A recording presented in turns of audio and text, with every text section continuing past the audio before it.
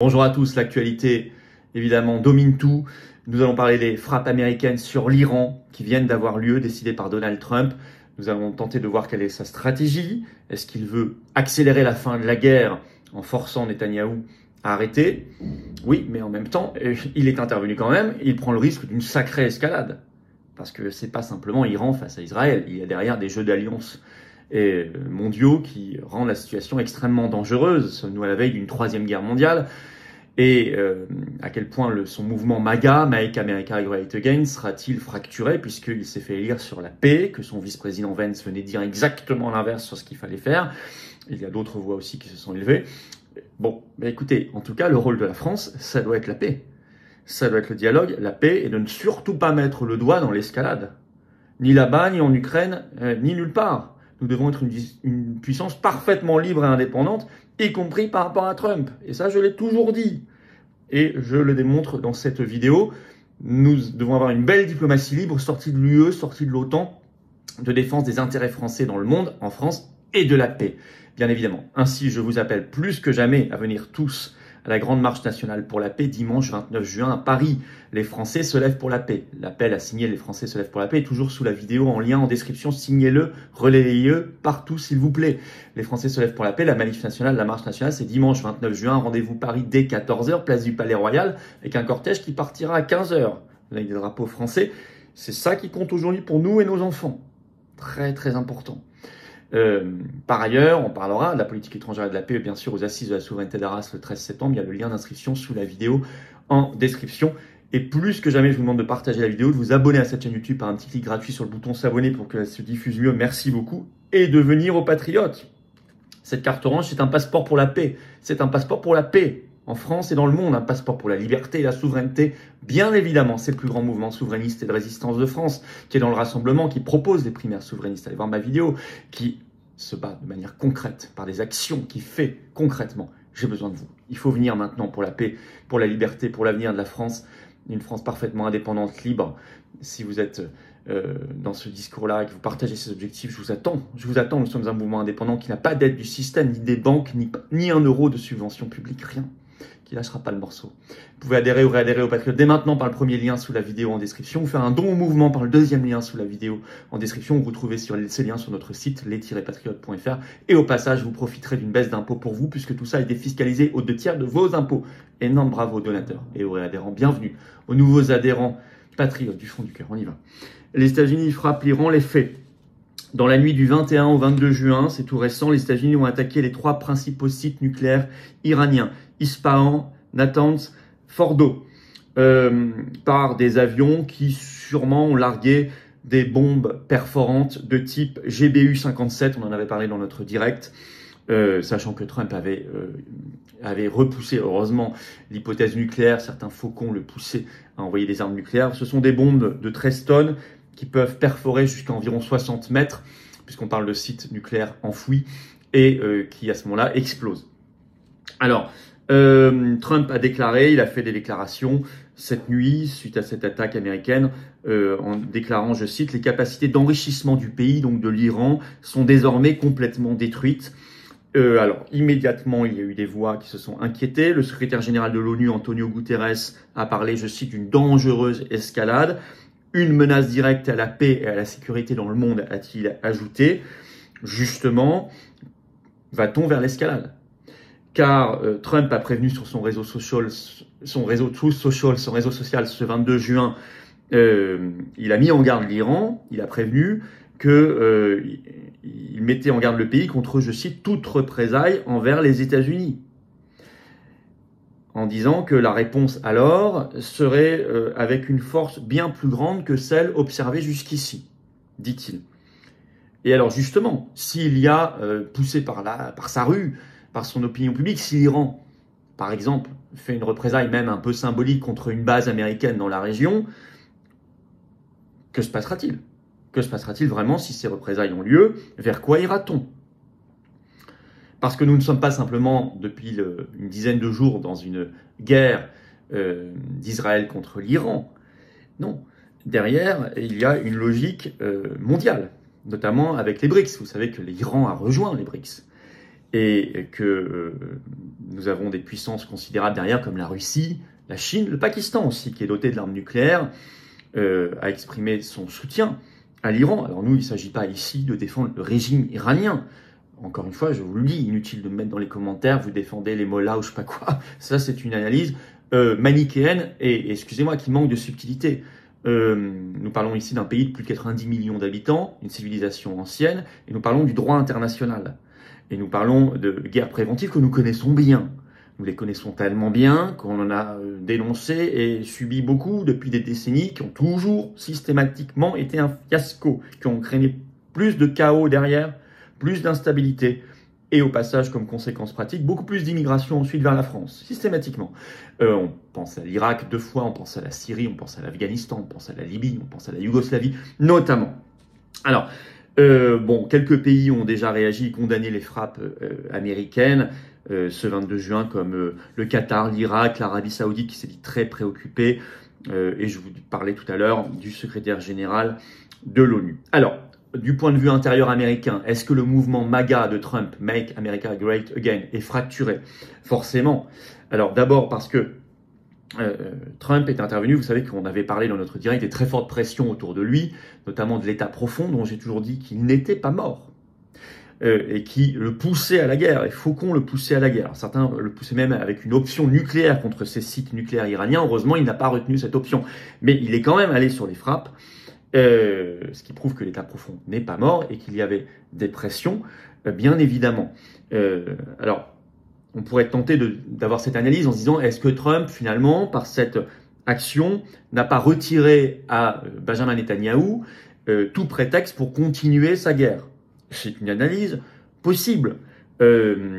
Certes, on peut s'y raccrocher, on peut vouloir le croire, et si c'est vrai, tant mieux, si ça s'arrête là, on aura fortement limité les dégâts. Le problème, c'est qu'il s'agit quand même d'une attaque, donc c'est pas tout à fait conforme aux promesses de Trump pendant sa campagne électorale, et deux, qui n'est pas légal du point de vue du droit international par ailleurs, et deux, on maîtrise pas tout dans ce cas-là, parce que s'il y a un jeu ensuite de représailles et d'escalade, c'est un jeu très dangereux. Donc ça, on le saura très vite. On saura très vite si c'était ça ou pas. Par ailleurs, on rappelle que Trump s'est fait élire justement sur une promesse de paix. Et que plusieurs fois, il avait reproché à ses opposants démocrates aux États-Unis de vouloir utiliser l'Iran en politique intérieure. Par exemple, il a émis le 29 novembre 2011 un tweet sur son compte X, donc à l'époque Twitter, en accusant Obama de vouloir, je cite, commencer une guerre contre l'Iran dans le seul but d'être réélu. Donc c'est lui-même à l'époque qui dénonçait les attaques contre l'Iran, parce que ça a toujours été un chiffon rouge. L'Iran, on a reparlé récemment de la vidéo que CNN a ressortie qui montre que depuis 1996, tous les 2-3 ans, on accuse l'Iran d'être à 2 semaines d'avoir l'arme nucléaire. Ce que la IEA vient de démentir, au passage, avec ses inspecteurs sur place. Et là, lui-même, Trump reprochait à l'époque à Obama, donc 29 novembre 2011, donc, de vouloir être dans une démarche d'utilisation, il l'a fait plusieurs fois d'ailleurs sur son compte X, démarche d'utilisation d'une guerre contre l'Iran dans le seul but de se maintenir au pouvoir, d'être réélu, de l'utiliser en politique politicienne interne. Il s'est fait pourtant élire Trump sur une promesse de mettre fin aux guerres sans fin, aux guerres interminables de l'Amérique. Bon. Et d'ailleurs, du point de vue ukrainien, il a plutôt jusqu'ici tenu cette promesse, pour le coup. Alors, là où c'est fracturé, c'est que la veille, ce 21 juin, son vice-président, J.D. Vance, c'est l'agence de presse Reuters qui le rapportait, avait préconisé l'inverse, pas d'intervention contre l'Iran. Je cite, le vice-président américain Vance s'oppose à une attaque contre l'Iran, affirmant qu'apparemment Israël essaie d'entraîner les États-Unis dans une guerre. Je cite, rapporté par Reuters. Bon, à quelques heures plus tard, il attaquait quand même.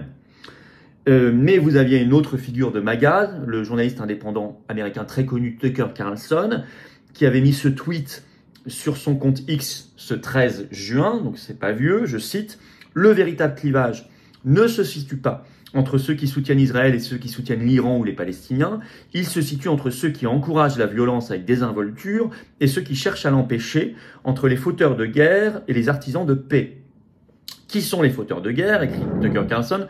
Parmi eux, tous ceux qui appellent Donald Trump aujourd'hui pour exiger des frappes aériennes et toute autre intervention militaire américaine directe dans une guerre contre l'Iran.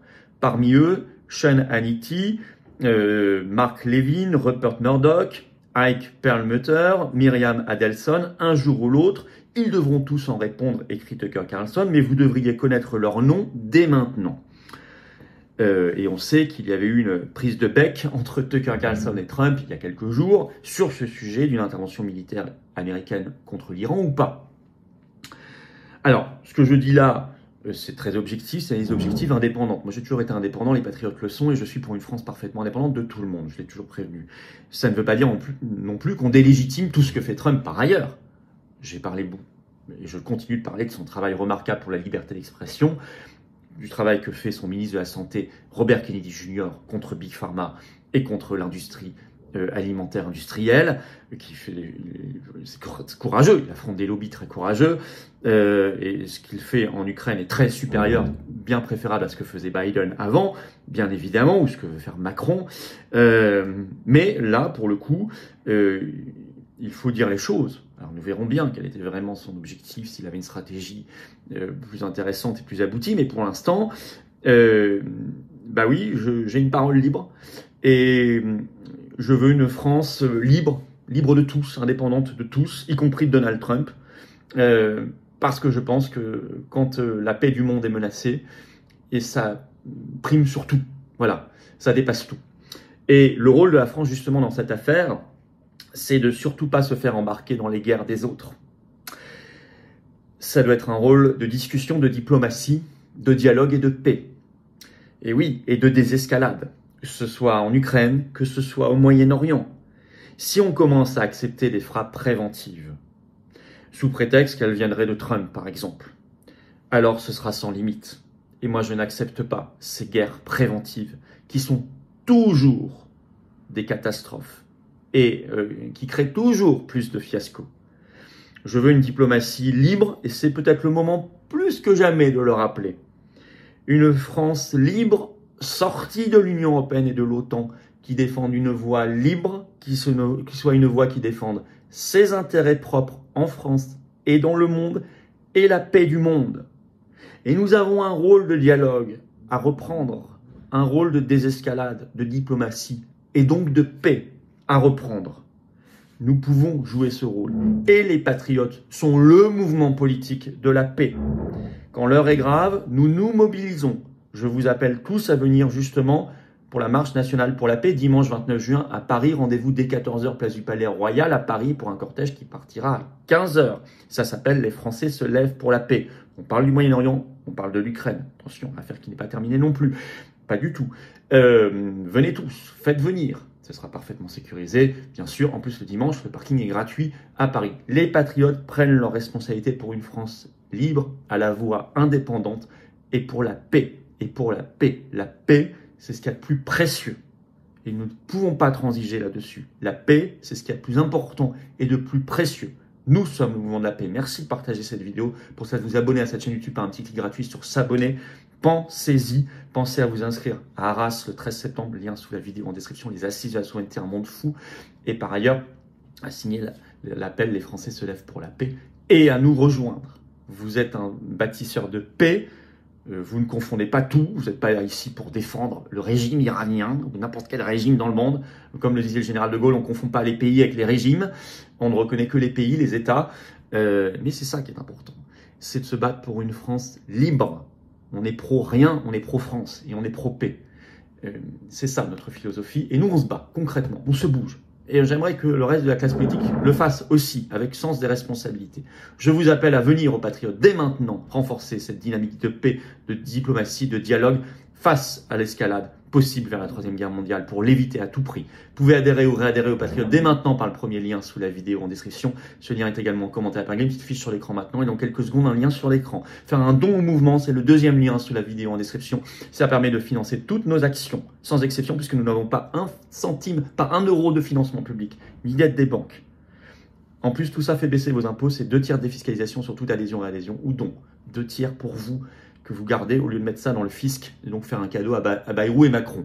Énorme bravo aux donateurs et aux réadhérents. Bienvenue, du fond du cœur, plus que jamais, aux nouveaux adhérents patriotes. Et vive la France!